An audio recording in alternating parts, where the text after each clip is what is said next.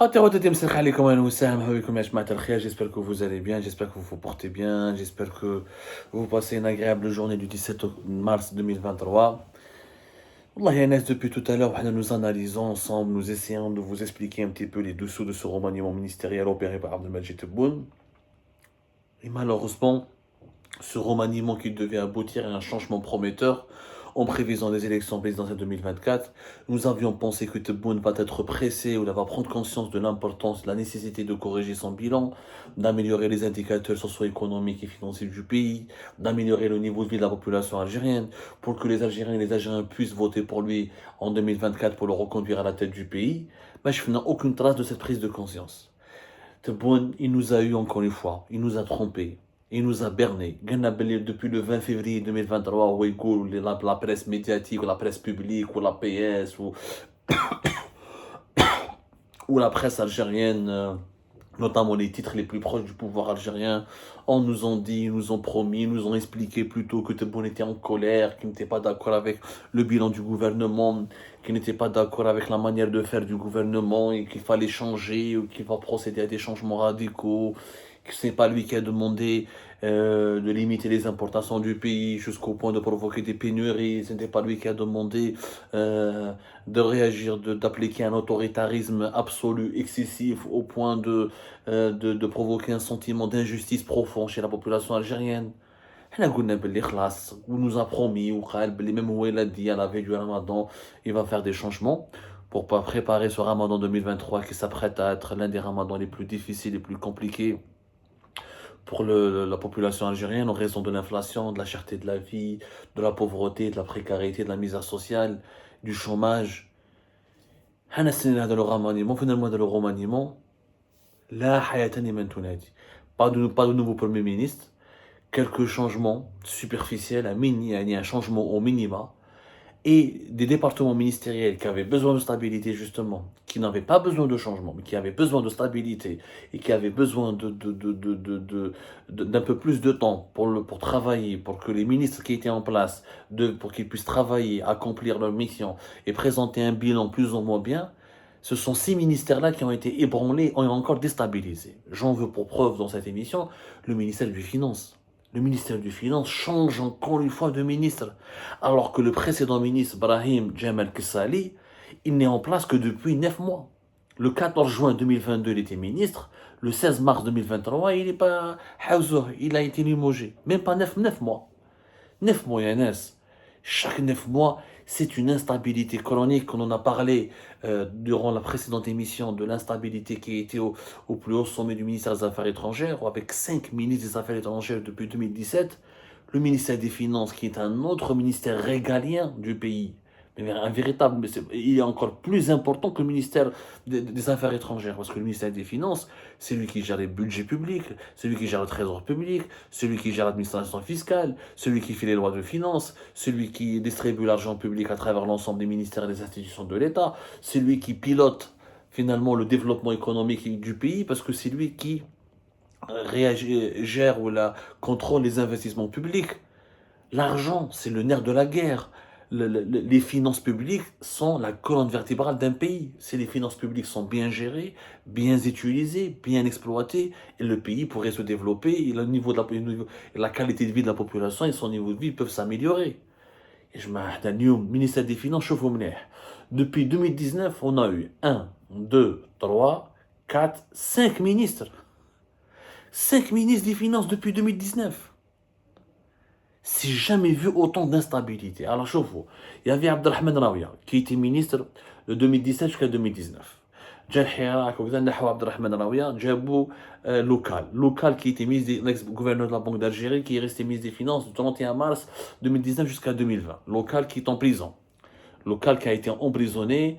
وقتاش حطوه يا عجبة ربي وقتاش حطوه sous mandat de dépôt en 2022. Voilà, il a été même condamné à 6 ans de prison pour gaspillage de fonds publics, abus de pouvoir et octroi de privilèges. Donc nous avons un ancien ministre des Finances qui est en prison. Sans compter les problèmes. Voilà. Voilà, c'était le 26 septembre 2021. Mohamed Lokal a été placé sous mandat de dépôt. Alors, Mohamed Lokal, Abdelrahman Rawia, il était 3 fois ministre des Finances. C'est un record. En 2 ans, en 2, 3 ans, il a été nommé 3 fois ministre des Finances en Algérie. C'est un record. Même les républiques bananières et les républiques couscoussières. Abdelrahman Rawia, ministre des Finances de janvier 2020 à juin 2020. 6 mois, Djabou Ayman Ben Abdelrahman, l'actuel Premier ministre, qui était l'ex-ministre des Finances. Il était au ministère des Finances de juin 2020 jusqu'à février 2022. Nahawa, il a été promu Premier ministre. Et à un moment donné, il est resté Premier ministre et ministre des Finances. Djabou Mbadika Abdelrahman Rawia, il est revenu le 17 février 2022 jusqu'au juin 2022. Rawia Meskin n'a pas de chance. Il est resté cette fois-ci 3 mois. Février, mars, avril, mai, juin, même pas 5 mois, 5 mois plutôt. Il est resté 5 mois, on va dire. Donc il était ministre des Finances entre 2017 et 2019, ministre des Finances entre janvier 2020 et juin 2020, et ministre des Finances entre février 2022 et juin 2022. Mais quel pays peut rester crédible, peut se développer, peut garantir sa sécurité, peut garantir sa stabilité avec autant de mouvements, autant de manœuvres? C'est plus de l'instabilité, c'est de l'incohérence, c'est de la schizophrénie. Je sais pas comment vous dire. Moura Abdelrahman Rawia, Djihad Abdelrahman Ibrahim Jamal Kisali, de juin 2022 à mars 2023, جابوا هذا العزيز فايد qui était l'ex-directeur du budget au niveau du ministère des Finances, le ministre. Donc on a eu Rawia en 2019, local 2020, Rawia encore une fois en 2020, Ayman Ben Abdelrahman en 2022, Rawia encore une fois en 2022, Jamal Kisali en 2022 et 2023, واليوم العزيز 7 ministres des Finances. 7 ministres des Finances depuis 2019. Record mondial. Record mondial, يا ناس. يا ناس record mondial. ما تقدرش تقول لي باللي لا record mondial. Ça prouve que ce pays n'est pas normal. C'est le pays, c'est du paranormal. Voilà, c'est plus de l'instabilité. C'est du paranormal. Nous sommes dans le paranormal. Il y a un déséquilibre. Ministre des Finances. On appelle ça dans les pays développés l'argentier du pays. Il y a celui qui tient la caisse d'un pays. C'est le poste le plus sensible, après avec la défense nationale, le Premier ministre et le président, le chef de l'État. Un tel poste, pourquoi on a besoin de stabilité? D'abord pour faire les lois de finances, pour gérer les finances d'un pays. On a besoin de se projeter à long terme. C'est des programmes de 10, 15, 20 ans. La gestion de la monnaie, de taux de change, les taux d'intérêt, la masse monétaire, la politique fiscale de l'État, c'est des domaines très importants qui touchent directement la souveraineté d'un pays et qui expliquent où son développement ou là sous son développement. Si ces domaines névralgiques sont bien gérés, le pays se développe. S'ils sont mal gérés ou la gérés de façon archaïque avec des modes de gouvernance arriérés, et le pays il restera sous-développé. Ce n'est pas normal, cher Saleh. Ce n'est pas normal. Un ministre des Finances, on ne peut pas changer un ministre des Finances chaque 6 mois. Il y a qui t'a 7 ministres depuis 2019, en 4 ans, et nous avons changé de ministre pratiquement chaque 6 mois. Tu ne peux pas changer un ministre des Finances chaque 6 mois. Les ministres qui sont passés n'ont pas eu le temps de faire des lois de finances, de contrôler les finances publiques, d'appliquer une stratégie conforme avec une feuille de route bien préparée. Une feuille de route, une stratégie a besoin de 2, 3 ans, voire 4 ans pour qu'elle soit appliquée, pour qu'on puisse récolter ses fruits. On a eu des ministres qui ont duré. Par exemple, Karim Djoudi, il était ministre des Finances de 2007 à 2014. Pendant 7 ans, on avait un seul ministre des Finances. C'est pour ça qu'à l'époque, il y avait une certaine stabilité. Un seul ministre des Finances. Le pays n'était pas magnifiquement bien géré, n'était pas la Suisse ou la Suède, mais on était stable. On était stable. On a eu, malheureusement, depuis 2014, c'est vrai, on a eu de l'instabilité au ministère des Finances. Il y a eu des ministres qui sont restés une année, qui est Mohamed Jellab, 2014-2015. On a Abdelrahman Ben Khalfa, 2015-2016. On a Haj Baba Ammi, 2016-2017. Bajdi Abdelrahman Rawia, il est resté plus longtemps, 2017 à 2019. Mais on a eu plus ou moins de la stabilité avec Bouteflika, avec Karim Djoudi. Moi, je crois qu'un ministre doit rester forcément 7 ans, mais au moins 3 ans. Un département régalien, tu as besoin au moins de garantir une certaine stabilité sur la prise de décision, l'exercice du contrôle, sur l'application des orientations majeures Dans les plans de développement du pays, on a besoin au moins d'une certaine stabilité, avec 3 ans. Au moins 3 ans de prise de fonction. Au moins de 3 ans, mais nous, mais des ministres des Finances. Voilà, je fais les pays développés. C'est vrai que dans les pays développés, les ministres des Finances, ils redouent assez longtemps. On ne change pas un ministre des Finances. D'ailleurs, on ne parle plus de ministère des Finances. Dans les pays développés, on parle de ministère de l'économie tout court. Il n'y a pas les finances, l'industrie, les départements, de la production, l'outil productif, tout ça, ça fait le grand département de l'économie. Ici en France, par exemple, c'est Bercy, avec un Bruno Le Maire. Alors, je vous Bruno Le Maire, ministre de l'économie, des finances, de la souveraineté industrielle et numérique de la France. Je vous depuis quand il est ministre, ya jma'a. Alors, je vous depuis quand il est ministre. Il est âgé de moins de 60 ans encore, Bruno Le Maire. Alors, je vous depuis combien de temps il est ministre. Et vous allez comparer avec l'Algérie. Comparé avec l'Algérie, ou Tchoufou. Il est depuis 2017 ministre. Depuis 2017. Et nous sommes en 2023. Regardez un pays, une puissance. Imaginez la France, elle change de ministre des Finances chaque 6 mois. Mais le pays va s'effondrer.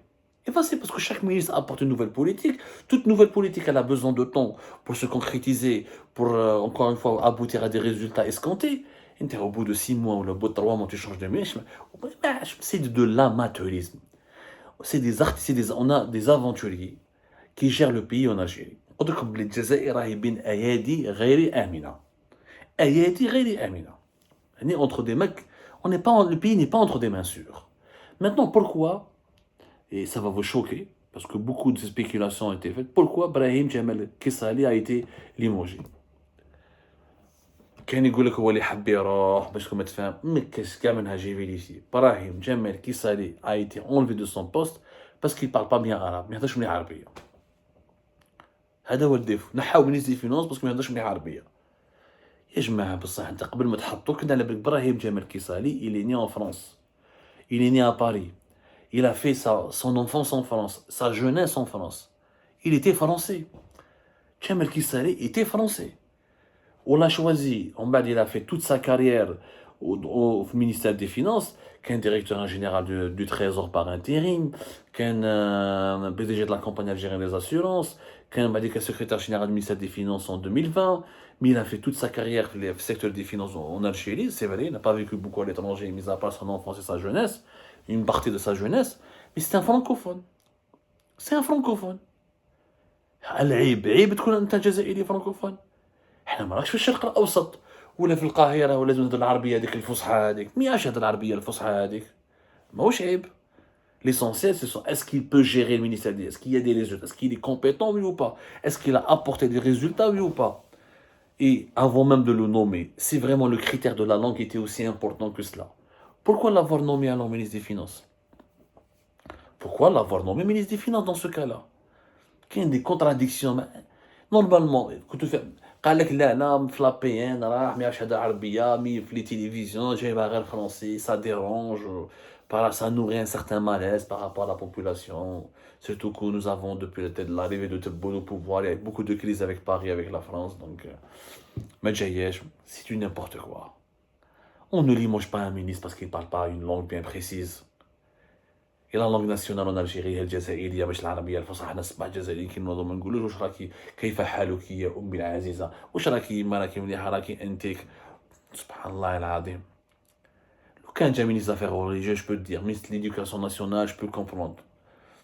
Ben Gabriel ne parlait pas très bien arabe, fort possible des réalités. Ministre de l'Éducation nationale, il ne l'a pas enlevé. L'essentiel, ce sont les objectifs de performance. Est-ce qu'il a atteint les objectifs de performance, oui ou pas? L'Algérie a une longue tradition de ministres francophones et de dirigeants francophones. C'est parce qu'ils sont francophones qu'ils ne sont pas patriotes. Et souvent en Algérie, les francophones sont plus patriotes que les arabophones. Et l'histoire nous l'a démontré. Je connais beaucoup d'arabophones qui vendraient l'Algérie ou qui trahiraient l'Algérie pour dessous.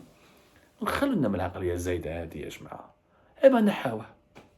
قعد 9 mois, نحاوها parce que la question de la langue. Vous trouvez ça logique? C'est comme ça qu'on peut développer l'Algérie. C'est comme ça qu'on peut la redresser. C'est comme ça qu'on peut la maintenir en vie, la maintenir en sécurité. Non, je ne suis pas d'accord.